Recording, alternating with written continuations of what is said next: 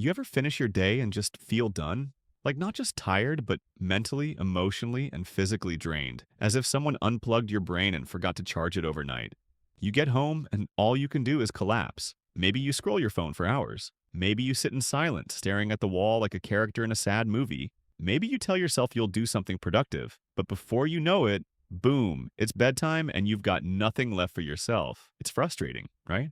No matter how much rest you get, you still feel exhausted. It's like you're running on low battery mode, but even sleep doesn't fully recharge you. I used to feel like that every single day.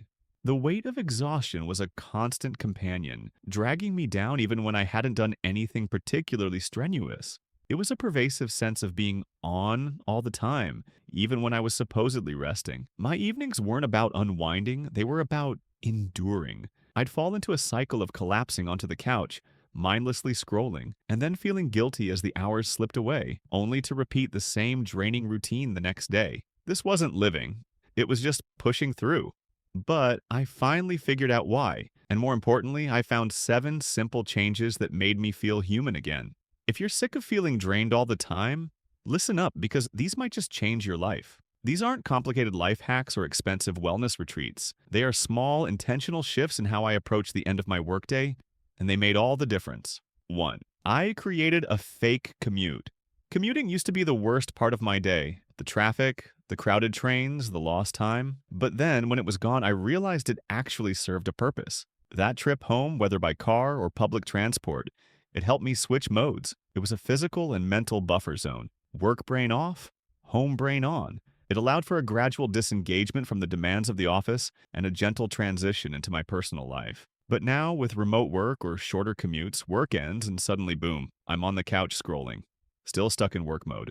There's no deliberate separation, no psychological reset. The boundaries between my professional and personal life blurred, leading to a constant state of low-level stress. My brain never fully registered that the workday was over. Without that transition, the mental residue of work would linger, making it impossible to truly relax or engage with my own time. So I started faking a commute, a short walk before and after work. Just 10 minutes. No phone, no distractions, just fresh air and my thoughts. This isn't about getting a workout. It's about creating a ritual, a clear demarcation point for my brain. At first, I felt ridiculous, walking around my block for no apparent reason, twice a day. And yes, my neighbors probably still think I live a double life. Steve, why does Joe leave the house twice a day? They might wonder. What is he up to? But you know what? It works. That simple walk tells my brain work is over. It's a physical cue, a mini ritual that signals a shift in focus. Time to be a human again. Time to step out of the professional role and reclaim my personal identity. Try it. It's weirdly powerful how a small, consistent action can retrain your brain and create a significant impact on your mental state. It's a non-negotiable part of my day now, a moment of intentional transition that anchors my evenings. 2. I stopped treating my couch like a black hole. The couch is dangerous, not in an actual physical way, but in the I'll just sit for a second kind of way. Because that second turns into 4 hours, and suddenly the sun has set, you're still in your work clothes, and you've accidentally memorized the entire YouTube algorithm for raccoon heist videos. This phenomenon is something I've come to call the couch vortex. It's an insidious trap for the exhausted mind. You feel depleted, you seek comfort, and the couch offers an immediate, albeit temporary, respite. But it rarely leads to true rest. I used to come home exhausted thinking, I'll just rest for a bit, then do something productive. But the second I hit that couch, it was over. I became one with the furniture. My intentions to hit the gym, read a book, or cook a healthy meal evaporated instantly. Hours disappeared, and before I knew it, it was bedtime, leaving me feeling even more drained and often guilty. This guilt compounded the exhaustion, creating a vicious cycle. The problem wasn't the couch itself. It was the immediate, unthinking collapse onto it, which signaled an end to intentionality. So I made a rule. Before I touch the couch, I have to do one thing that makes me feel like a real person again. It doesn't have to be big, just something intentional, something that breaks the autopilot. Stretch for 5 minutes, putting on some music and just moving my body, even if I look ridiculous. Cook something that didn't come from a microwave, even if it's just chopping vegetables for later. Water my plants. Meditate for a few minutes. The point is to break the autopilot mode, to introduce a moment of conscious action. Instead of collapsing into nothingness, I do something that reminds me I'm alive, that I have control over my evening. And here's the wild part. Once I do that one thing, I actually enjoy my rest more. Instead of feeling drained and guilty, I feel genuinely recharged because I've made a choice, however small, to engage with my own life. It sounds simple, but it completely changed how my evenings feel. It transforms passive consumption into active leisure, turning a guilt-ridden collapse into a well-deserved break. 3. I made an after-work me playlist. Music is magic. It can change your mood in seconds. One song can turn stress into calm, exhaustion into energy, or an ordinary moment into something that actually feels good. It's a powerful tool for emotional regulation and a subtle yet effective way to shift your internal state. I realized I was missing out on this potential for transition and mood elevation after work. My evenings felt flat, devoid of any emotional uplift. So I made an after-work me playlist, a soundtrack for the part of the day that actually belongs to me. It's not just a random collection of songs, it's curated for a specific purpose, to guide me from the intensity of the workday to a state of relaxed enjoyment. It starts with chill songs because going straight from work mode to high energy mode feels like trying to sprint after waking up from a nap. It's jarring and unsustainable. These initial songs act as a decompression chamber, slowing down my racing thoughts and soothing my nervous system. Then it slowly builds up to songs that make me want to move. Songs with a good beat, a joyful melody. And yes, I dance. Even if I look like an injured flamingo flapping awkwardly in my living room, I still do it because movement combined with rhythm and just letting go for a moment is incredibly therapeutic.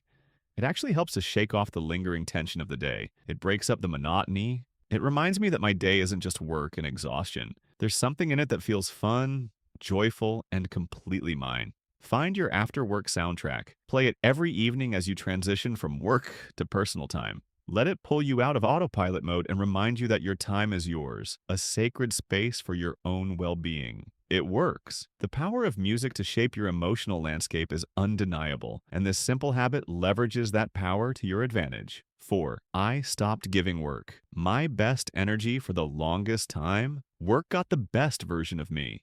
My sharpest thinking, my unwavering patience, even when dealing with difficult clients or colleagues, my problem-solving skills, my ability to pretend I cared deeply about a spreadsheet that, in reality, bored me to tears.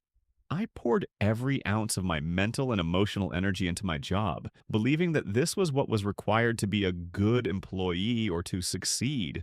By the time I got home, I was running on fumes. I had nothing left for myself. No energy for things I actually enjoyed, no mental space for creative pursuits, no patience for loved ones. My personal life felt like an afterthought, a series of obligations I barely had the strength to fulfill. I was giving my prime hours and prime energy to something external, leaving only the dregs for my own existence. Then one day I asked myself, why am I giving my best energy to something that would replace me in 2 weeks if I quit? That thought hit me hard. It wasn't about being lazy or performing poorly, it was about reevaluating my priorities. I realized that my personal well-being should not be sacrificed at the altar of my job. Work is important, but it's not the sole determinant of my worth or happiness. So I made a shift. I still do my job well. I still meet deadlines and strive for quality, but I don't let it consume me. I stopped overthinking every email, every tiny detail. I stopped stressing over things I can't control, recognizing that some outcomes are beyond my influence. I stopped feeling like every little mistake was the end of the world, adopting a more pragmatic and resilient mindset. And guess what? The world kept spinning. My boss didn't fire me. My coworkers didn't even notice any negative change in my performance. But I noticed because suddenly I had energy left for me, for things that actually make my life feel like my life, not just something I squeeze in between work days. This wasn't about slacking off. It was about setting healthy boundaries and recognizing that my energy is a finite resource that needs to be wisely allocated. It allowed me to reclaim my evenings, my hobbies, and my relationships, bringing a much-needed balance to my existence. 5. I learned to say no without feeling like a villain. A lot of exhaustion doesn't come from work itself. It comes from saying yes to everything. Plans we don't actually have energy for, favors we feel obligated to do, even when our plate is already full. Extra work that isn't even our responsibility, but we take it on because we want to be helpful or avoid confrontation. This constant yesing creates an invisible burden, chipping away at our already limited energy reserves.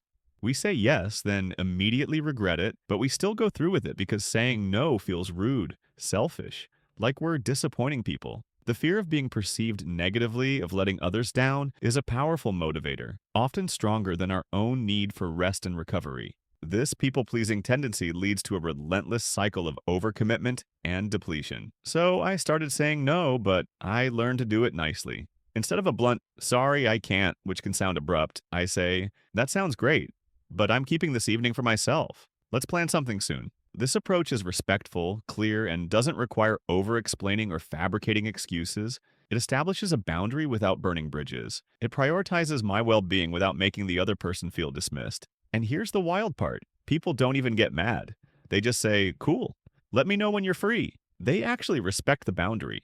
And just like that, I got my time back, my energy back, my ability to breathe at the end of the day. Saying no doesn't make you a villain. It makes you a person who values their own well-being, who understands their limits, and who is capable of self-care. And that's more than okay. It's essential for a sustainable, balanced life. It's a skill that empowers you to protect your most valuable resources, time and energy. 6. I gave my brain a break without doom scrolling. I used to think lying on the couch scrolling my phone was rest. After all, I wasn't doing anything physically demanding, so it had to be relaxing, right?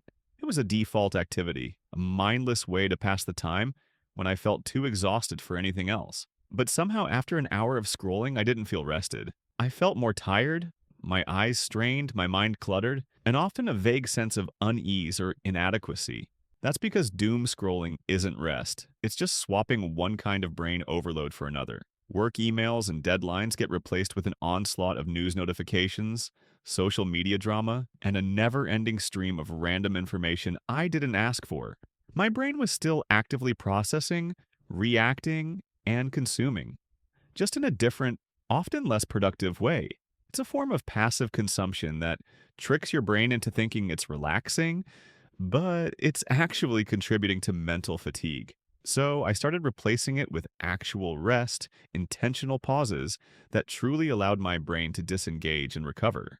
This looks different on different days, but the core principle is stillness and minimal input. 5 minutes of journaling, simply getting my thoughts out onto paper without judgment. Reading a few pages of a physical book, allowing my mind to engage with the narrative without the constant ping of notifications. Sitting in silence with some good music, just listening, without trying to do anything else. Even just lying on the floor staring at the ceiling, allowing my thoughts to drift without attachment. And yeah, I never thought I'd be the kind of person to just sit there doing nothing. It felt strange and almost unproductive at first, but now it's one of my favorite parts of the day because for once my brain isn't running a marathon, it's actually resting, truly recuperating from the day's demands. And that makes all the difference. This deliberate downtime allows my cognitive functions to reset, leading to clearer thinking, better focus, and a greater sense of calm. It's about choosing quality rest over mindless distraction. 7. I found something to look forward to. For the longest time, my evenings felt like a dead zone between work and sleep. Just this empty space where I was passively waiting for the next day to start. My routine was predictable and uninspiring. Finish work, eat something, scroll my phone, maybe watch a show, and before I knew it, the day was gone. Nothing in it felt exciting. Nothing felt truly mine. This lack of anticipation contributed significantly to my overall feeling of burnout. There was no light at the end of the daily tunnel, so I changed that. I started giving myself something, anything to look forward to every evening. It didn't have to be big, just something that made my day feel a little less robotic, a little more personal. It could be a hobby, even if I'm terrible at it, like attempting to learn a new instrument or sketching badly. A new recipe, even if it turns out questionable. The process of creation itself is rewarding. A funny show because laughter actually recharges you and releases tension. Even just a really good snack, because food happiness is real, and a small indulgence can bring genuine joy. And here's the thing. When you have something, no matter how small, that makes you genuinely excited, your whole evening feels different. It's no longer just a countdown to bedtime, a passive waiting game. It actually feels like living, like there's a purpose beyond the workday. This anticipation creates a forward momentum, a sense of personal agency that combats the feeling of being trapped in a routine.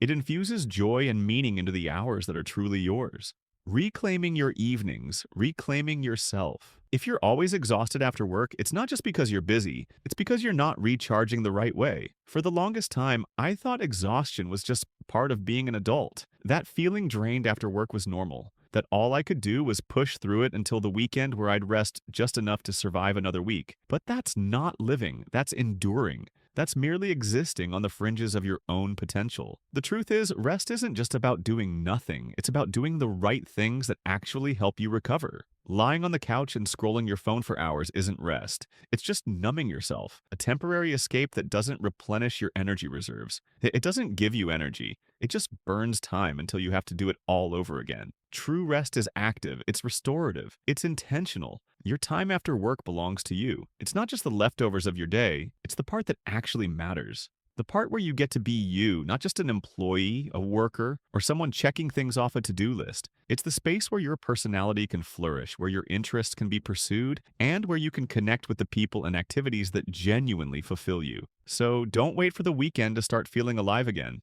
Don't defer your well-being. Try one of these habits, just one. See how it feels. Start small, be consistent, and observe the changes in your energy levels and mood. Because you don't just deserve to rest, you deserve to live a life that feels vibrant and fulfilling every single day.